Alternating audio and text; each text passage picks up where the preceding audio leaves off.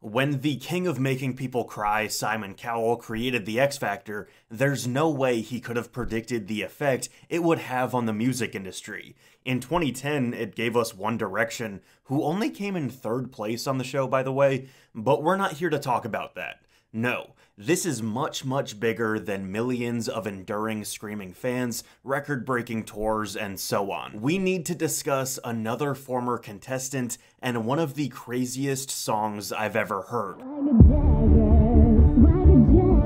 Cher Lloyd was a mere 16 years old when she auditioned for the X Factor and ultimately came in 4th place, just behind the aforementioned boy band. But as we can see, the real winners on the X Factor usually don't seem to come in first. If I took out the 3 victorious names that I recognize, the rest of these people might as well be AI generated. Cher's audition with Turn My Swag On by Soulja Boy was met with a roar of applause and a standing ovation.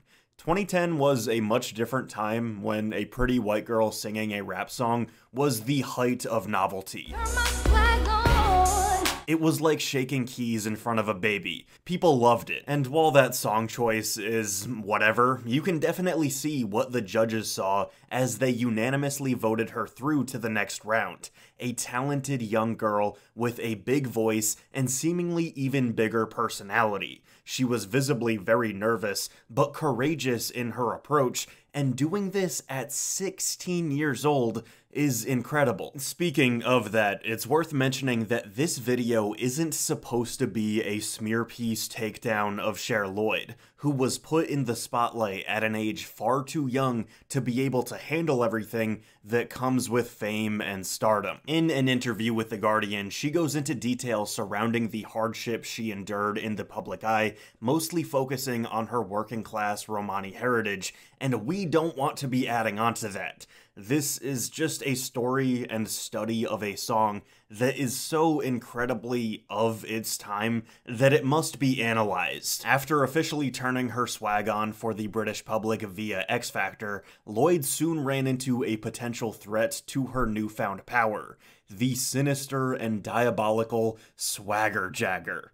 Mystifyingly referencing the American folk song Oh My Darling Clementine, Swagger Jagger was both Lloyd's debut single as well as an attempt to woo American fans across the pond. And woo them she did, but not with Swagger Jagger, which had gone to #1 in the UK and was named the best single of 2011 by The Guardian.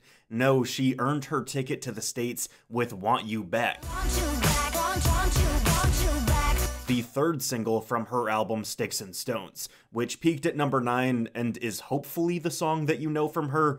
Sticks and Stones, by the way, has a song with Busta Rhymes as a feature. We love fun facts on this channel. The music video for Swagger Jagger should be added to the Library of Congress as the sole example for what pop music and fashion was like in the early 2010s, down to the white background being infused with the neon color of Cher Lloyd's swag, to the blaring, clashing synths combined with generic yaz, to the questionable amount of layers in every outfit. This is what it was like. It's a time machine. It opens with her playing her own song on a modern Sony Walkman, which apparently is a thing that exists, while wearing a generous amount of accessories. Very #random dancing, very mustache drawn onto finger with a Sharpie. And according to the Walkman, the genre that we're about to hear is swag pop. Music is so cool.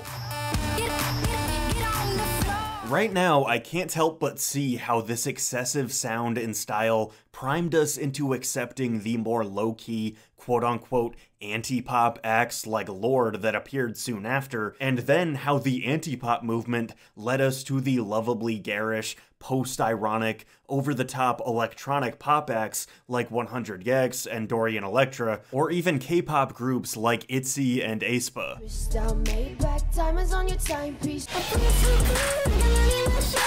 So who jaggered Cher's swag? What is the origin of this concept? Well, I dug up an interview with Swagger Jagger co-writer Autumn Rowe, and speaking on the UK #1, she said, "Cher Lloyd is not who people think she is. I was her first session after the show. I was the first writer she worked with. We wrote Swagger Jagger that same day. I sat her down and said, I don't know if you've done this before, but I want you to feel comfortable. I want you to tell me what you're going through." And she told me, people would buy tickets to the show just to boo her.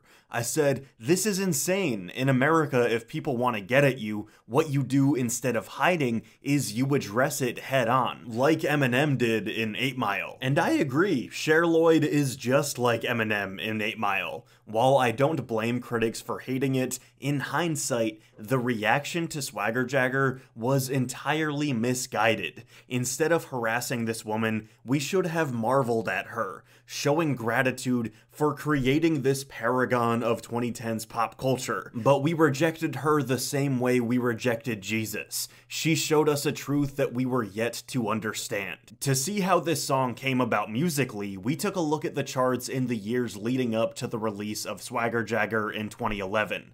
Most damning was 2009, when Boom Boom Pow and I Got a Feeling by the Black Eyed Peas were unavoidable, along with Lady Gaga at perhaps her most chaotic. Following up in 2010, we see even more hints. TikTok by Kesha at #1, another flawless example of the sheer size and audacity of pop music in the early 2010s, the thumping earworm Dynamite by Tayo Cruz, and longtime channel favorite and cult classic of ridiculousness, Bedrock by Young Money. Here, we can see the way pop music around this time was seemingly trying to one-up itself every year until around 2015, when The Weeknd and Ed Sheeran took down the campiness a bit and defined the top hits of the year. Interestingly, we saw a hint of this change in 2012, which was still full of those monumental in-your-face pop anthems like Sexy and I Know It by LMFAO or Call Me Maybe by Carly Rae Jepsen, but ultimately led by Gotye's Somebody That I Used to Know. So therefore, if you do the math, that puts Swagger Jagger in 2011 at perhaps the apex of noisy, some might say annoying pop music. This was inevitable. The song opens with Cher Lloyd singing most of the chorus, Swagger Jagger, you should get some of your own, count that money, get your game up, followed abruptly by a blast of sirens, launching us straight into the center of the sound, explosive vocals, and a metallic, pulsating backing beat. The first verse of the song is delivered to us via rap. You can't stop looking at me, writing about me, tweeting about me. Shout out to Cher sticking to her roots. You can't stop looking at me, staring at me, be what I be. You can't stop looking at me, so get up out my face. You can't stop clicking at me, writing about me, tweeting about me. It's important to mention that among the countless things Elon Musk has taken from us, maybe the worst of all was stripping away the cultural relevance of this line in Swagger Jagger. What do we say now? You can't stop Xing about me? Absurd. The pre-chorus brings us back to that siren sound with demands from Lloyd to get on the floor. Get on the floor! She also assures us that her swag is still intact, despite the efforts of the Swagger Jagger. Then we're right back to the bombastic chorus promised to us at the beginning of the song. Swagger Jagger, Swagger Jagger. The instrumentals here are a very familiar stuttering synth beat, reminiscent of Lady Gaga's Poker Face.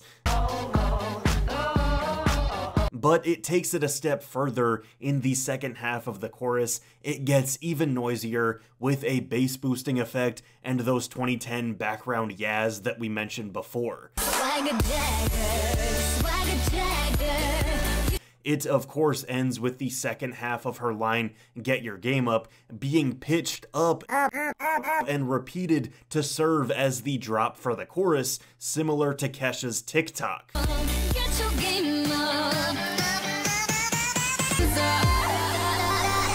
Trends Familiarity. Nearing the end of the song now, we get a brief moment of slowing down where Cher bids the haters both hello and goodbye before once again urging us on the floor, this time with some vocal effects and nods to house music interpolated with earlier lines of the track, effectively making it sound like they stuck this thing in a blender. This song finishes in the same way that a supernova explodes itself into the jaws of eternity. This is a saga that deserves a similar internet perspective and curiosity as something like Hey Ya by Outkast.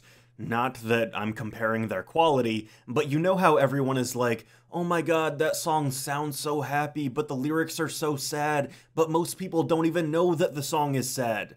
The narrative here is that a 16-year-old girl got rightfully overwhelmed by fame, one random songwriter told her to face her adversaries head on, and she made a boisterous monstrosity that both made her infinitely more famous and gave her infinitely more haters. It's like a Greek tragedy. Swagger Jagger refuses to let you go even after its enormous ending. It's the kind of song you listen to and then just kind of sit with, reflecting on what in the world got us here.